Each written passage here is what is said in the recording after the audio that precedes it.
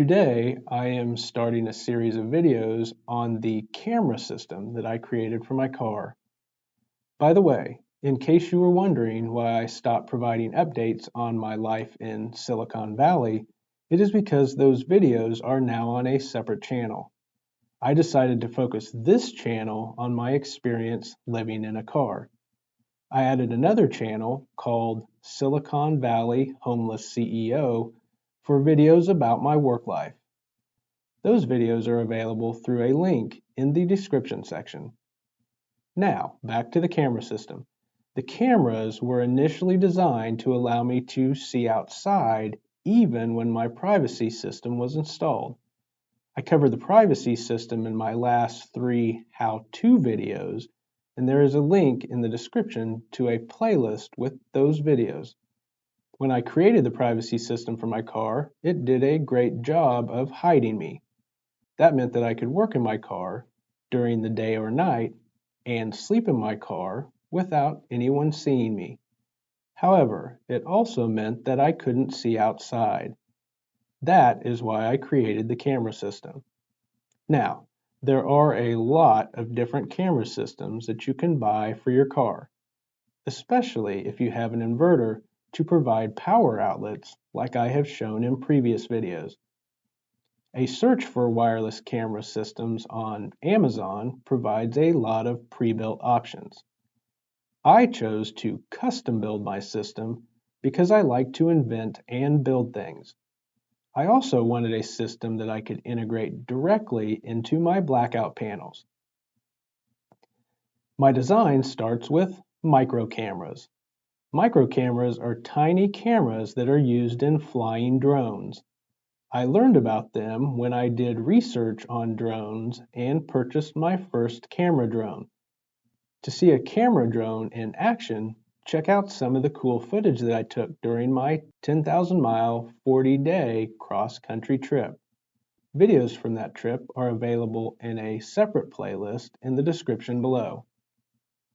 By mounting the micro SD cameras into my blackout panels, I can see outside of the car even when my privacy system makes me invisible inside the car.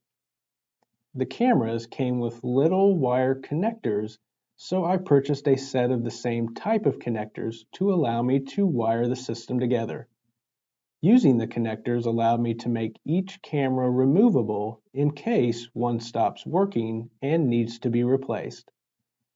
I will show you how I mounted and wired the cameras in the next video. With a camera in one of the car's rear panels and in panels on each side of the car, I then ran wire from the cameras to a location near my sleeping area. Since my refrigerator is right next to where I sleep, I decided to mount the control system on the side of the cooler. The control system is made up of a USB hub which has on and off buttons so I can control each camera depending on which view of the outside that I want to see. To wire the cameras to the USB hub, I purchased USB adapters. The USB adapters may seem complicated, but they actually have a simple design that designates one of the metal pins for power and one for ground. There are also a lot of other pins for different uses, but I only needed the adapters to provide power for the cameras. So, as you will see in the next video, I simply connected the wires from the cameras to the power and ground pins on the adapters. With the adapters attached to the wires running from the cameras, I could now plug the cameras into the USB hub. I then plugged the hub into my Jackery power station to provide the power needed. Next, I needed a monitor. I found a wireless monitor on Amazon, and it came with a USB charging cord. That meant that I could plug the monitor into the same USB hub as the cameras. Since the monitor is wireless and comes with an internal rechargeable battery, I can also use it during the day to remotely monitor my car while I am working in a coffee shop or at the WeWork office. The monitor also comes with a micro SD memory card slot and a recording option. That means that I can record video from the cameras if I ever need to. To be honest, I don't use the monitor to remotely monitor my car during the day, since my car is usually in a safe parking lot and visible through a nearby window. However, it is nice to know that both the remote viewing and recording options are available. Well, that is an overview of the camera system that I built for my car. If anything seemed overly complicated or confusing, don't worry.